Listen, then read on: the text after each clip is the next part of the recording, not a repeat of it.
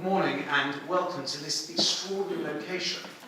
Jeremy reminded me that 4 years ago when we came to scope the venue, that we thought we would spend some time in the central location of Sheffield University, enjoying its magnificent buildings and getting some sense of what it's like to be in the student space, particularly for those who may not have previously visited a British university. And it does mean that we have reached the final full day of the conference. Forgive me for looking at these notes, I wrote them about 20 minutes ago. And today's theme is leadership, conflict, and post-secular university. The two main themes that we've explored together over the last 3 days, explored and discussed, have been legacy and liberty. I mean, we've heard some thoughtful and powerful contributions about what it means to tap into the legacy of ideas and practices that we have received and that we wish to leave behind us as well. We've heard much about the role and focus on liberty within our work from experts in the field. And we've also had an opportunity to explore delegates' personal experiences and aspirations in this area. But we always knew that what lay behind these important constructs is leadership. Without leadership, they go nowhere. Without leadership, they aren't implemented and they remain dry concepts rather than life-changing opportunities. We all have questions and needs about how best to lead and from which models or best practice frameworks we should best draw. So today, our last proper day together, we ask about different forms of leadership. Those that are predictable and those that are disruptive. Those that are helpful and those that are shocking. Everything we hear, discuss and share will guide us to acknowledge what chaplaincy in higher education currently lacks, where we fail, where we succeed, and what we need to become. Inevitably then, we will need to confront conflict, some large conflicts, some smaller, and for the sake of our learning, consider what we can do in the face of unresolvable clashes of paradigms that so characterise our student world as a microcosm of the larger world. And of course, we will also talk about the interesting concept of the post-secular university, reflecting on the fact that the place of religion on campus is constantly shifting, moving, and that we, if we are to do our jobs properly, must be ready. Thank you and have a wonderful day.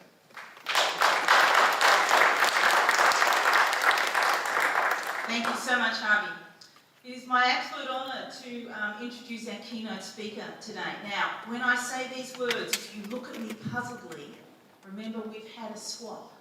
So Mohammed is later in the day, and Kristin is going to share with us now. So we have Kristin Aune, get that right, and Kristin will be speaking on university chaplaincy as relational presence, navigating understandings of good and effective chaplaincy in UK universities.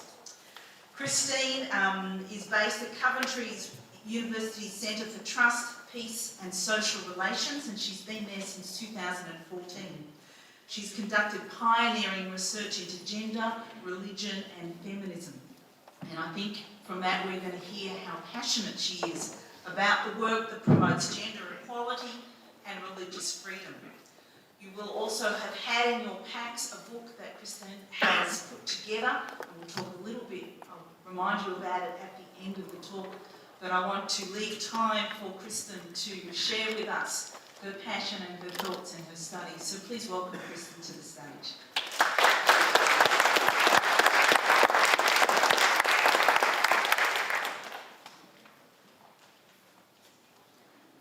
Good morning, everyone. Can you hear me okay at the back?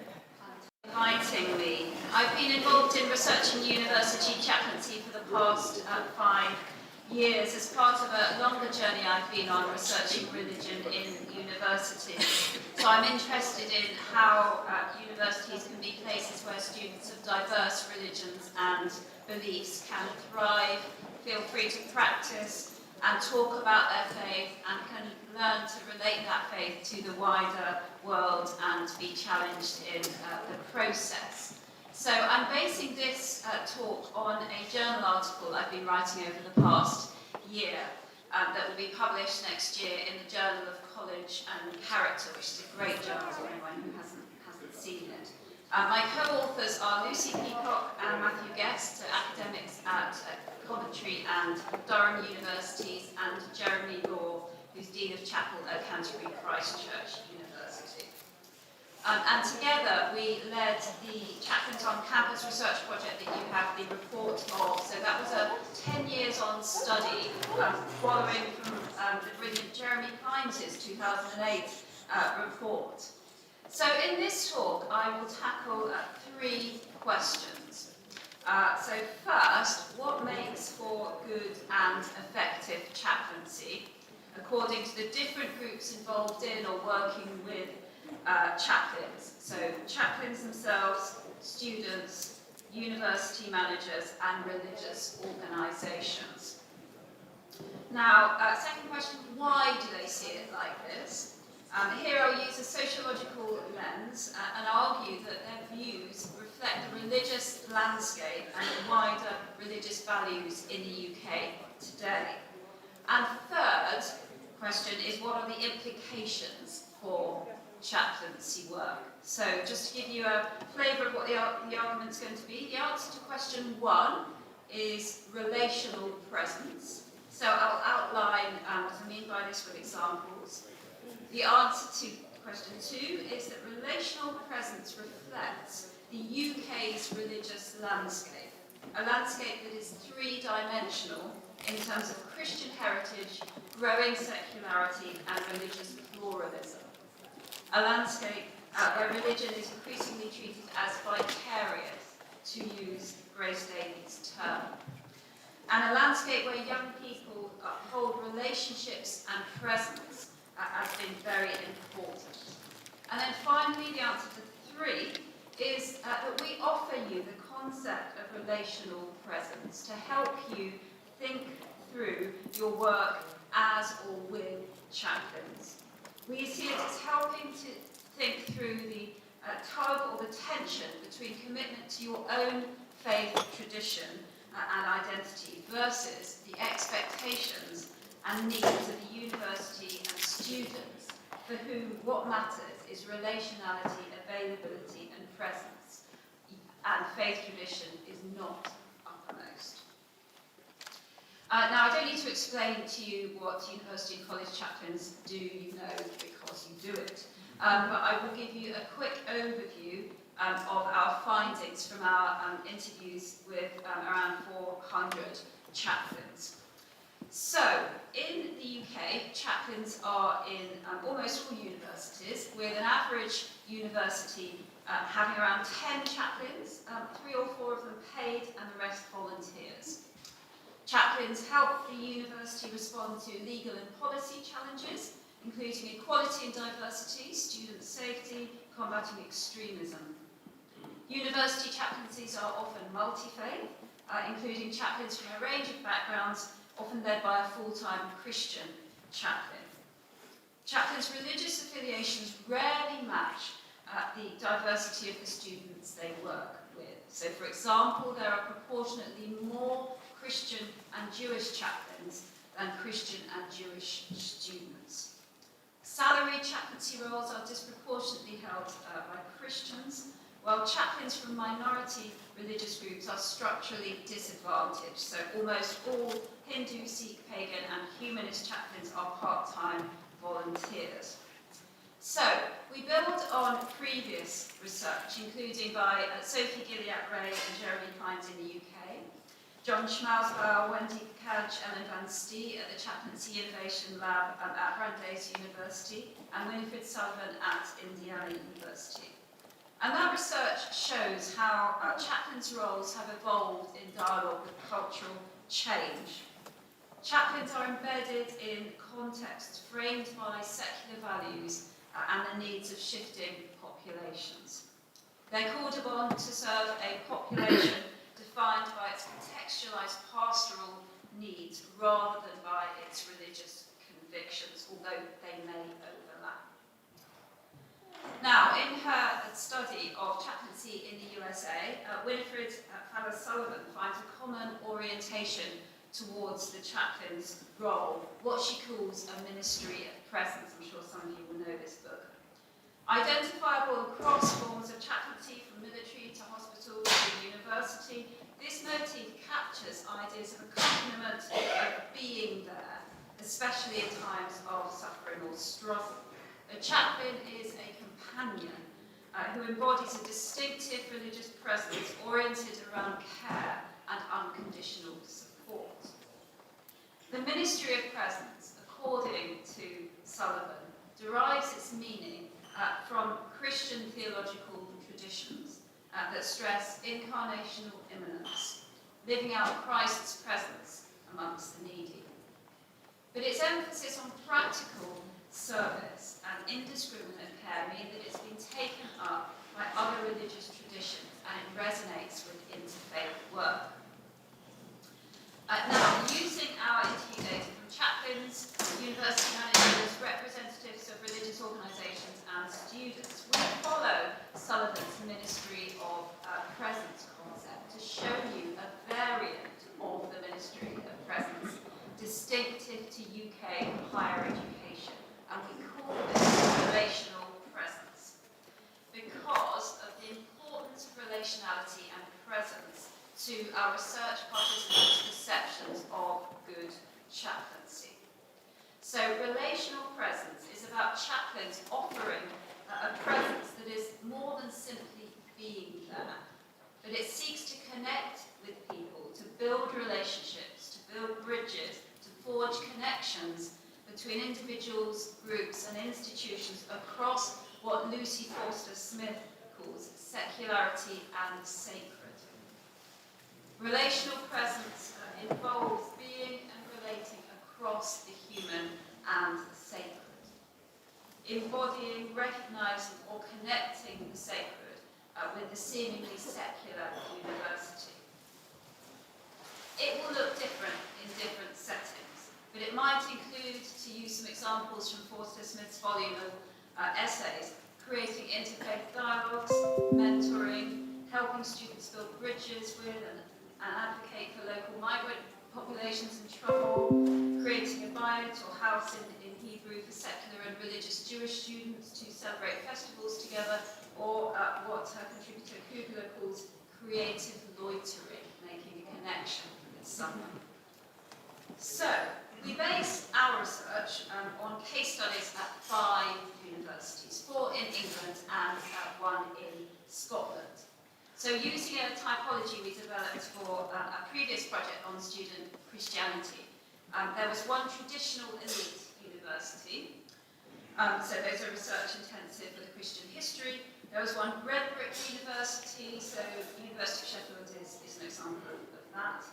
These were established in the 19th and early 20th centuries in major UK cities. There was one 1960s campus university, so these were established in the 60s in the wake of a report that recommended expanding higher education. One post-92 university, these are also known as new universities, and they gained university status. They were polytechnics in 1992. And then finally, one cathedrals group university, so a group of 16 founded in the 19th century as church colleges. So we then did 55 in-depth interviews with university chaplains, university managers and religious organisations, and a survey of 188 students who use chaplaincy services. So we designed the interview and survey questions to capture perceptions and experiences of chaplaincy from those groups. We did a thematic analysis of the responses to questions about what makes chaplaincy effective, what good chaplaincy looks like, and what works best about chaplaincy in their context. So as a result of that analysis, we identified 5 themes. So So first, relational skills, second, presence, third, the religious role of chaplains, then working with the university and supporting students. And we found that relational skills and presence were present in the responses of all 4 groups, but the other themes had a much lower profile and were just mentioned by a couple of groups. So the overarching orientation to chaplaincy that everyone agreed on combines relational skills and presence. So I'll illustrate these themes now, and this is why I really wanted the slides to work, because I've got some great quotes that I'm not going to read, but I'll let you look at, and I can circulate these afterwards if anyone would be interested in reading them in more depth. So starting with relational skills, so in terms of the questions that I said I'd answer at the beginning, we are at number 1. So what makes a good and effective chaplaincy according to the different groups involved in chaplaincy? And the main answer is relational presence. So I've identified and outlined the concept of relational presence, and I will now show you the data that this idea connects to. So, survey participants and interview participants agreed that underpinning good chaplaincy work are relational skills. So they understand this as being approachable, open, non-judgmental and compassionate. So for students, it was important that chaplains were open to faith traditions different from their own. Asked what works best about chaplaincy in their universities, over 40 students referenced an openness. Responses to the interview question, what makes chaplaincy effective, mirrored this. So this 1960s Roman Catholic chaplain described chaplaincy as a potentially transformative space where users become open to living and working alongside other religions. Compassion was an aspect of the relational skills of good chaplains. So a cathedrals group, university, free church chaplain here on the left talked about becoming a kind of friend to provide emotional support to students who were excluded from friendship groups. And this student union president on the right reflected on the personal touch. So collectively, compassion, being approachable, open, non-judgmental, was seen as underpinning the relational skills required for good chaplaincy. The way chaplains create space for open-ended dialogue is noticeable in university environments that have become more utilitarian and goal-oriented in recent years. And this connects to the next theme, presence. So, all groups refer to presence as underpinning good chaplaincy work. Presence was conceptualized as physical presence, as being there, I keep using this term, being there, for chaplaincy users and the university. And we identified 3 aspects to physical presence. So availability, accessibility, and visibility. So in response to the question, what makes chaplaincy effective, chaplains have this to say. And you will notice in the second reference, the very British cup of tea reference. You don't get far into working with chaplains before somebody mentions tea or offers you a cup of tea. So for an Anglican leader, local to the Redrick University, it's not just availability, but availability now that characterises effective chaplaincy. And the second, accessibility. So for students, access to chaplains and chaplaincy was key, as you can see from these quotes. Students appreciated the accessibility of physical space, praising the chaplaincy building as, I quote, easy to find and go to during a busy uni day. Students especially appreciated chaplaincy organised events and opportunities to socialise. So chaplaincy space was made available for religious student societies and faith-based and non-faith-based activities. University managers also emphasised So an academic registrar from the 1960s campus, commenting on what makes chaplaincy effective and stressed accessibility, whilst positioning the chaplaincy as a service. And this response raises questions of how good and effective chaplaincy is positioned alongside wider university service provision, and I'll come back to that later. Visibility. So this is the third component of presence. So chaplains recognise that to be perceived as approachable, they must be visible. So for an Anglican chaplain, walking their dog was a way to engage students. This Sikh chaplain positioned visibility as a way for students to connect with chaplains. And students appreciated chaplains' visible presence. So typical answers to the question, what works best about chaplaincy at your university, included, I quote, the chaplain is a very visible presence at university events, formal and informal. And, quote, open and obvious presence but not obtrusive. This was true for students who only used chaplaincy rarely. Students like chaplains to be visible even if they don't interact with them, which is interesting and somewhat encouraging. Yeah, you're right. The traditional elite university's director of student services admired the chaplain's physical visibility as a way for the chaplaincy to achieve buy-in from the wider university. Now, I've shown so far how everyone we talked to saw relational skills and presence as key components of good chaplaincy, but three more minor themes arose in some responses. So effective chaplaincy was also about chaplains' religious role and working with the university, and finally about supporting students. So chaplains' religious role was a small theme, but very important to some students, chaplains and religious organisations. So students valued the fact that the chaplains had what we call religious integrity. So they owned and were confident in their religious identity. They were not just another welfare professional. So this Christian student said that while chaplains should be able to provide services to students of any faith or lack thereof while staying true to their usually specific religious beliefs. And that kind of sums it up.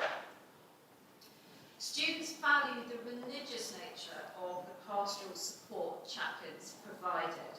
So asked what works best about chaplaincy in your university, students emphasised that professional services may not share one's faith-based assumptions.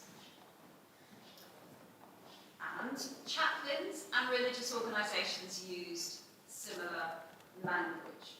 So the Anglican bishop advising the cathedral's route at the university on the left acclaimed chaplains' religious integrity as integral to mission.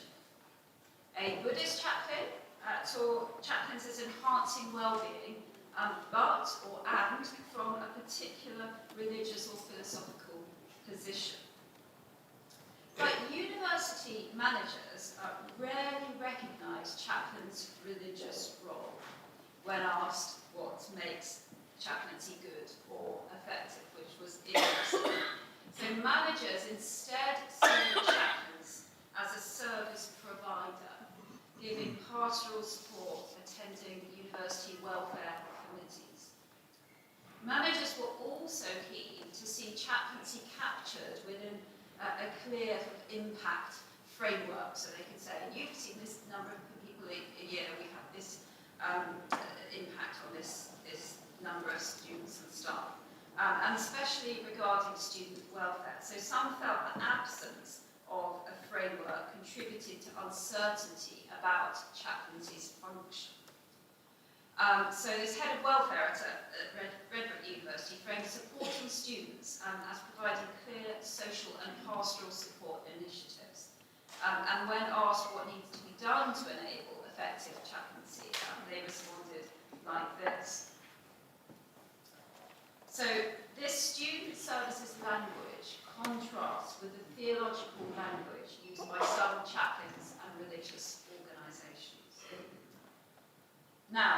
the religious organisations said that chaplains' awareness of other groups' expectations is important to enable effective chaplaincy. So for the Anglican bishop overseeing the 1960s campus, our understanding is that we are here to serve the university. So chaplaincy has that kind of service element. However, he emphasised that we are wanting to serve the institution, but at the same time, we're in constant conversation with the institution, not just about chaplaincy, and I think that's really important. So strategic adoption of chaplaincy as a student service may help chaplains get things done without compromising their religious integrity. The chaplain's position between and across university structures empowers them to speak into places where others can't. So, that's the data. Now we move to question 2. So why do they see it like this? Why are relationality and presence so important for HE chaplaincy? Here I'll use a sociological lens and argue that this reflects the social context in which chaplaincy takes place. So relational presence reflects the UK's religious landscape, a landscape that is, to use Paul Weller's term, three-dimensional in terms of Christian heritage, growing secularity and religious pluralism. It's a landscape where religion is increasingly treated as vicarious, to use Grace Davies' concept. And finally, relational presence reflects a landscape where young people uphold relationships and presence as supremely important. So some more details on this then. So presence as a theological concept may or may not overlap with conceptions of presence that were held by our participants. But whatever nuance presence has, there is an overlap between what chaplains seek to offer and what chaplaincy stakeholders see and receive as important about chaplaincy. So Sullivan observes something similar going on in the US.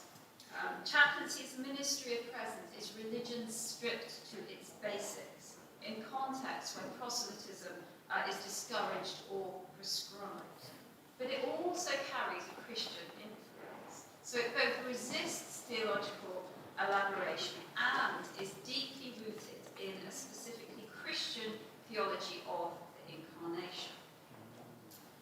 So relational presence is an approach to chaplaincy that emerged from our research with chaplains, university managers, students and religious organisations.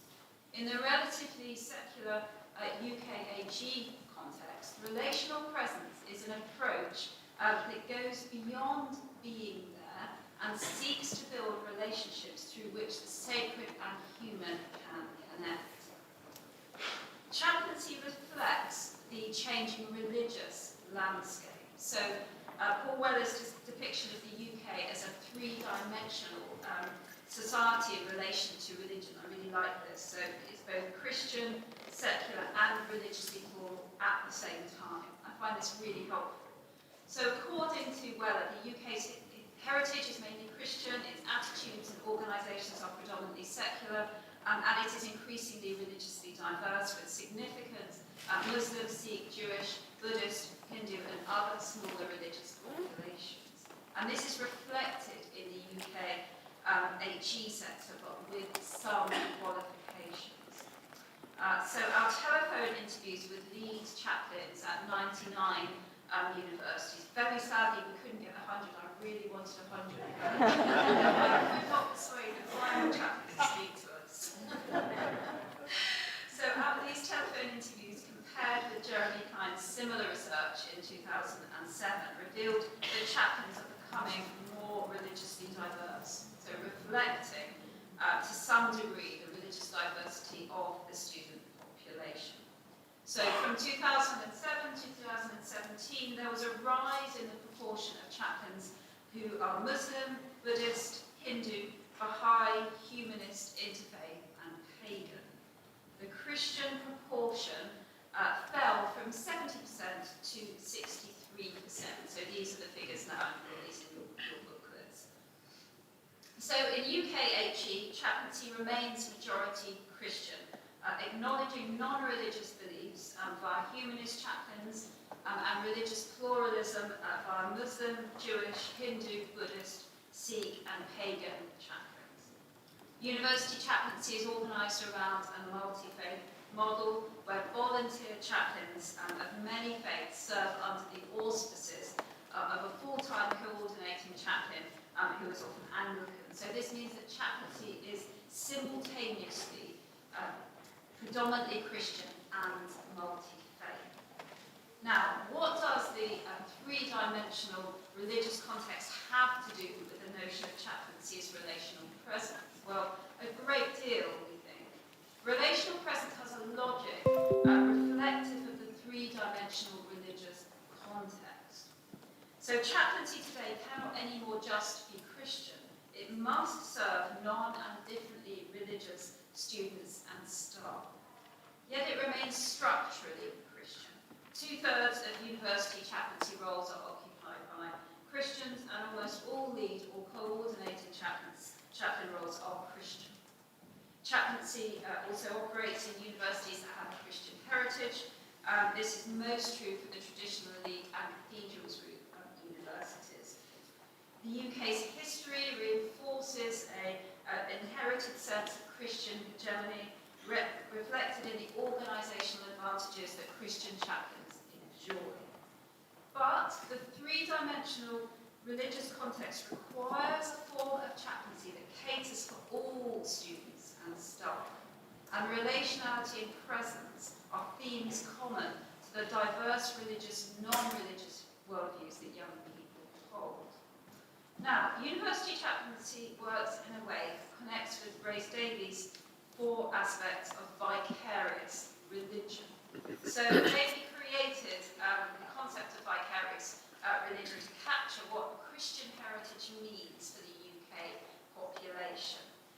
So Davie argues, by vicarious is meant the notion of religion performed by an active minority on behalf of a much larger number, who implicitly at least not only understand, but appear to approve of what the minority is doing.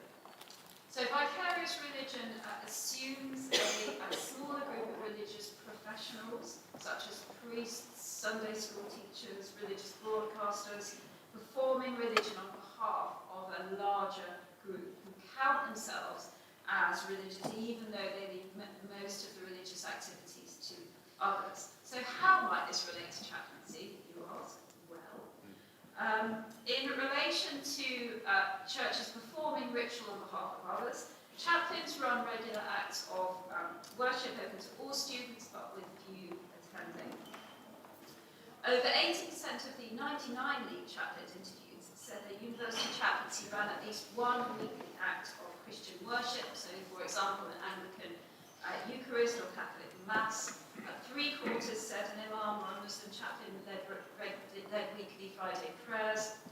Chaplains often lead prayers at graduation or celebrate religious festivals.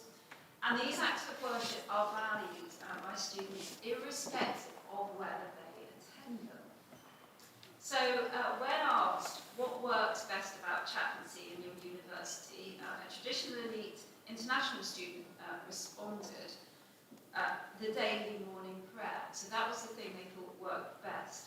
But then indicated that they had only engaged with chaplaincy once or twice ever. But they liked the daily morning prayer. A home student at the Redbrook University described their relationship with chaplaincy as non-existent, but then asked what works best, said the structured services. So here, again, values the services that doesn't go to them. So for these students, chaplains perform religion on their behalf, and they value this.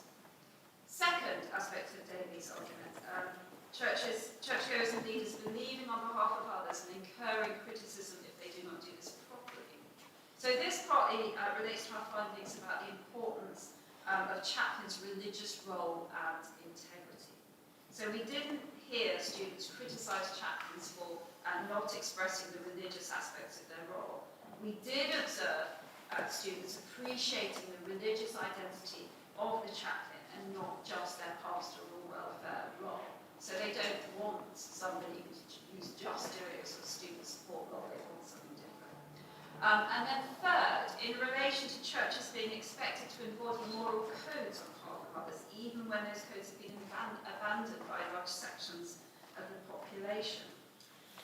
Students expect chaplains to embody moral codes, but these codes are changing.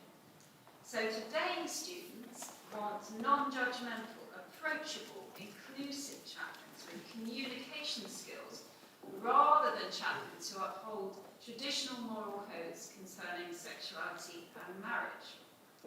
Students' moral codes are embedded in university governance through the 2010 Equality Act, prohibiting discrimination on the grounds of the protected characteristics such as race, sex, and sexual orientation. And finally, chaplains can offer space for vicarious debate of unresolved issues in modern society. So Davey is referencing public debates on sexuality, which is not really what's going on within chaplaincy.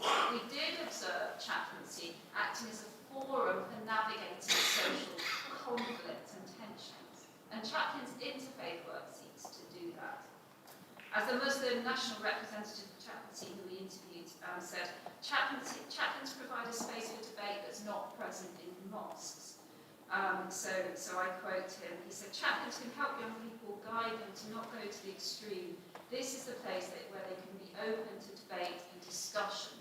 The mosques won't allow that. The assistant Roman Catholic chaplain at the post-1992 university made a similar point. However, debates organised by chaplains are generally not well attended. As Davey argues, vicarious religion is a concept most relevant to those with residual connection to the established church, and it's found less amongst younger generations.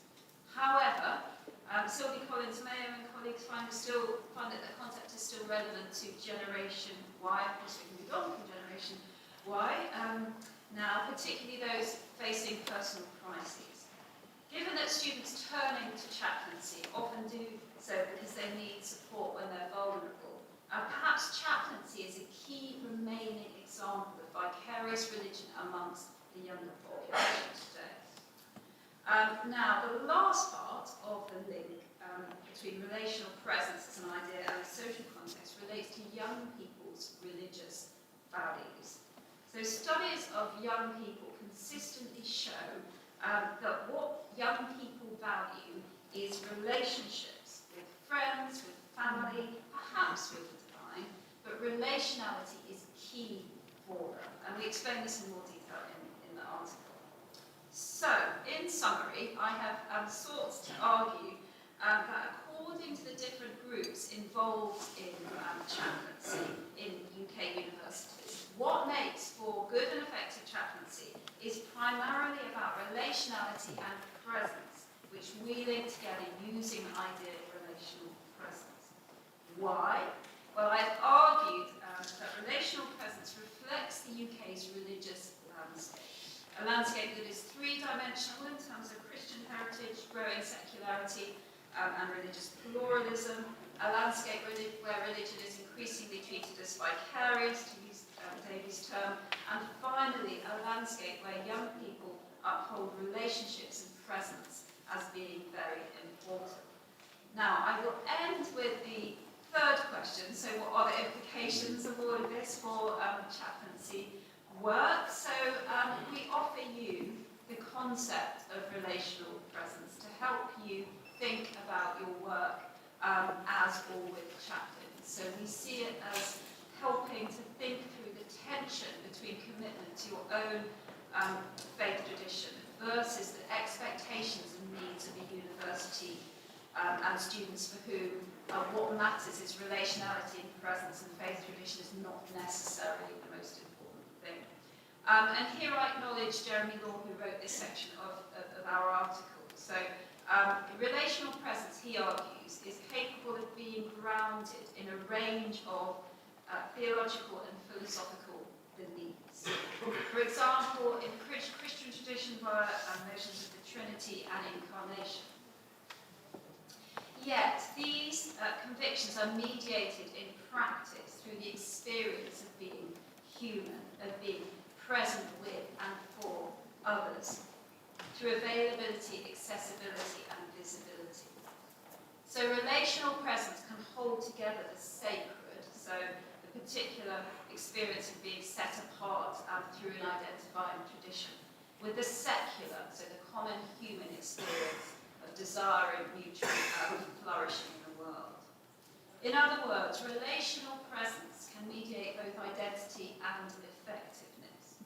And for similar reasons, it can serve as an orienting structure for interfaith dialogue, a common value, and a means of furthering a colonisation. We think that the concept also offers university managers a way of seeing chaplains' role beyond the student services or welfare model. Relational presence pushes beyond the category of service delivery to embrace the notion of gift. Chaplaincy is not just a way of delivering a particular utility that universities value and require. Before and above this, chaplaincy constitutes the gift of the relational presence of a particular tradition of wisdom that aims to enhance life. Chaplaincy's relational presence can be adopted in a variety of contexts, but it requires resources. A good physical location, rooms or a building close to high footfall areas, provides a space for encounter and acts as a sign of chaplaincy presence. The most important resource is time. The practice of relational presence requires investment.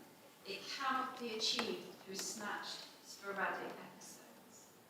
And given the unequal distribution of resources between different faith and belief traditions, this has significant equality implications. So, to close, the usefulness of any concept is proven in the testing. So ultimately, the value of relational presence as a concept will be tested contextually as chaplains and others engage with it. So please use it to reflect on your own situations, and we would love to hear what happens. Thank you.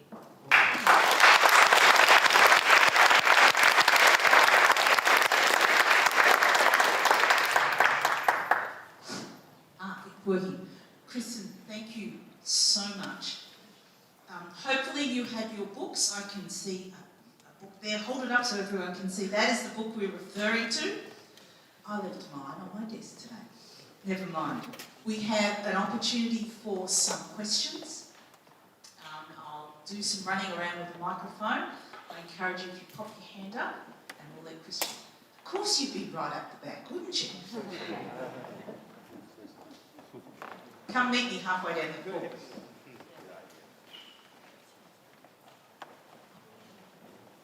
Cheers.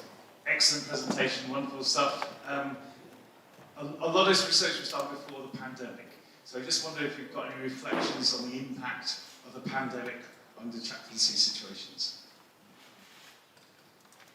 Yes, so Theos, the think tank Theos, some of you may have seen, did a report on chaplaincy during and after COVID with a selection of interviews that might be quite interesting for you to look up. I have to say that I don't have a very full picture of this because we finished the research before COVID. I would say, I'm doing a new project at the moment called Building Positive Relationships Among Students Across Religion and Worldview Diversity, which is both a survey project where we're surveying students a year apart, sort of early in their university career, and then a year later, and then doing case studies. And what is coming out from that, which isn't necessarily specifically about chaplaincy, but it kind of touches on it, is that a lot of the spaces, the kind of public spaces of university life where students would hang out, meet people, including chaplaincies, make friends, they shrunk or they actually closed during COVID. So what was left really was just, or mostly, classrooms. So what happened in their classes, and of course some of them were online for some time and then went back in person, but maybe not fully. And then halls of residence. So what happens to students in those spaces becomes more important because they're not going to the religious student societies in the way that they did. And I think not the chaplaincy, but you can tell me whether I'm right on that. So moving out of that,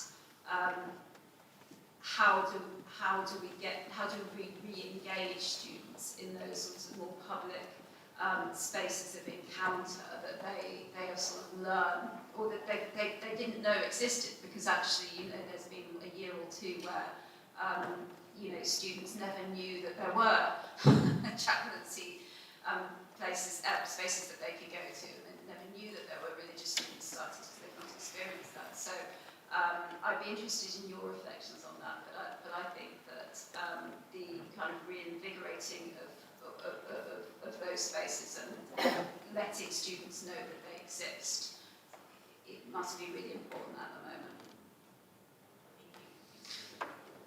Hi, Kristin.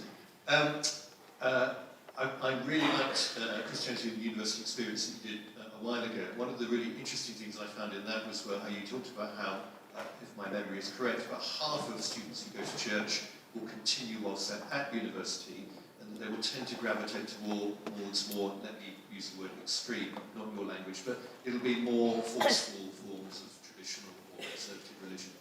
And I just wondered about bringing that insight into connection with what we're talking about, how other students value vicarious, friends and family, much more sort of soft-edge stuff.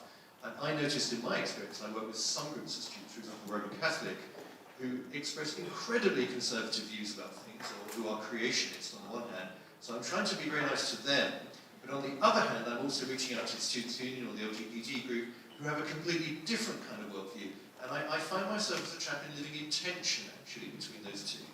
I wonder if you wanted to also say a reflection about that. Yeah, and I think some of these things are contextual as well, so that it depends what churches exist in, different cities that are influencing the students and what the emphasis of the chaplains, the emphasis of the university. I mean, I went, for example, to a university at the weekend because I've been doing fieldwork for this other project.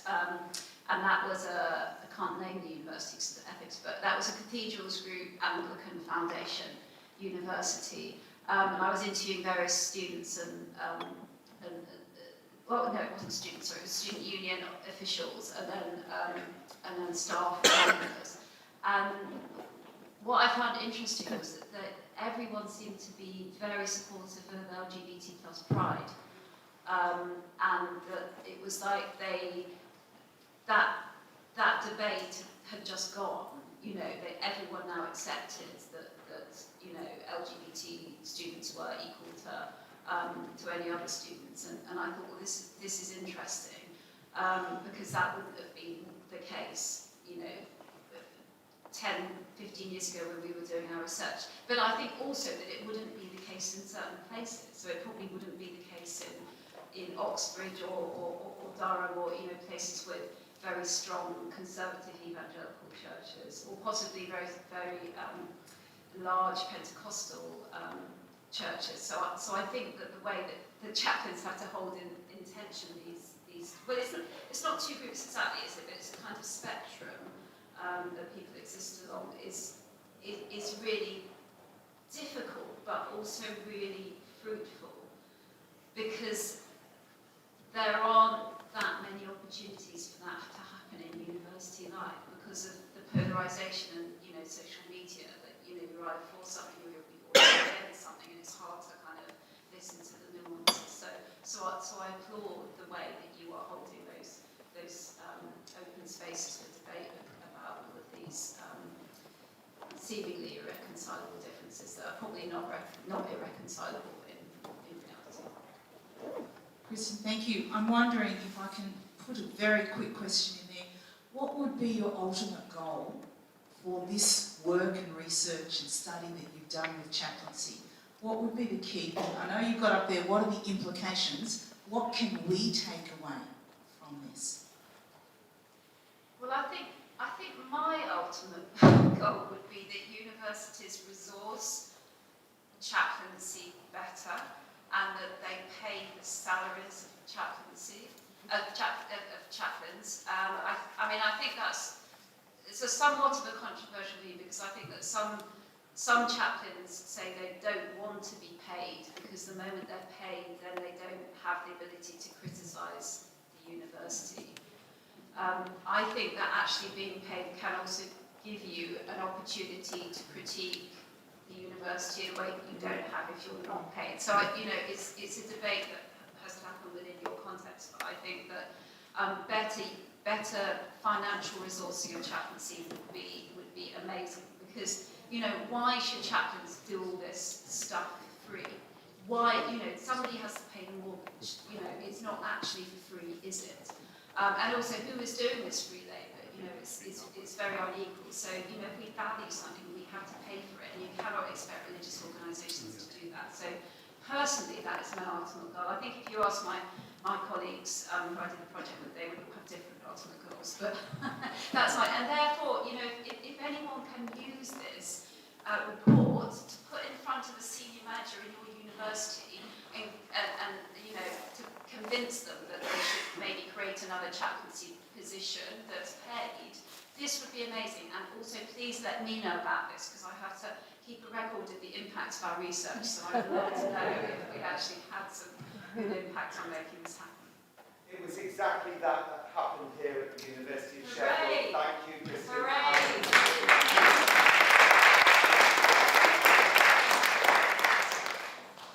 We have room just for one more question, and we have a student in the room who would love to ask a question. Hi, thank you so much for your presentation. I really enjoyed it. I was actually wondering, you mentioned that a lot of the student management sectors don't seem to want to acknowledge the religious dimension of the chaplaincy sector. Is there any sign of a movement from within the chaplaincy sector across the country to sort of fight back? Any general will tell you you've got to go on the offensive sometimes to justify your position and to justify your place in the university. And is there any sign of criticism from within the chaplaincy sector of the secular philosophy and direction of the university and the business direction that it's taking, a sort of fighting back and in terms of, we've heard a lot in recent days about mental health and the associations between mental health and religious service attendance and things like that. I don't know if that makes sense. Yes, so there is continually fight back from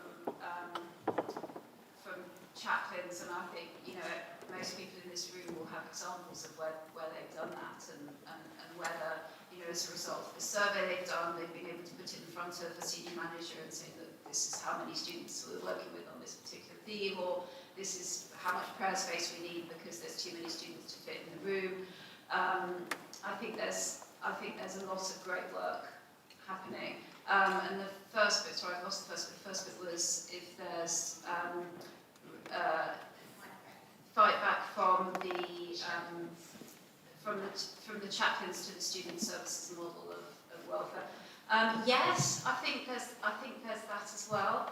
I think that it's interestingly, it depends on the kind of university, and I didn't really particularly bring that out in my analysis today, but I mean, throughout our research we've sort of identified these different kinds of universities.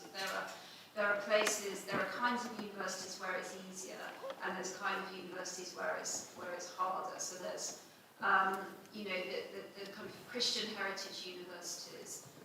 There's more general support for chaplaincy and for chaplaincy's religious function rather than just some student welfare function.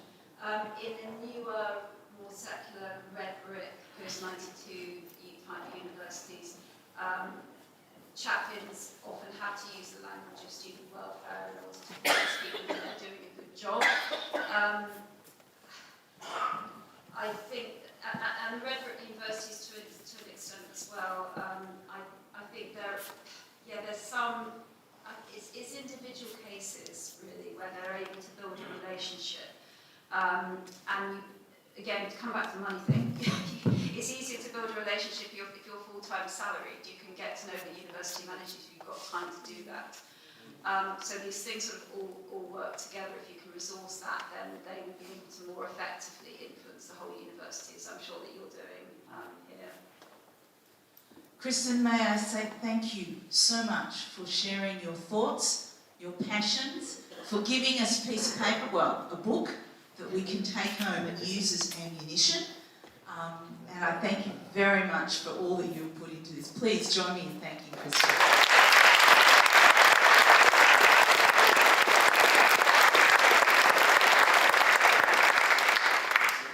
Now, I do have some information. As you've seen, we're running a little out of time only because we needed to give Kristin all of her time, and that was important, I believe. We now have a very quick morning tea, which you can grab and go. So those things are up the very back there, and then we are moving on to Inox. There will be people giving you directions for our workshops. There has been some concerns around our health in general.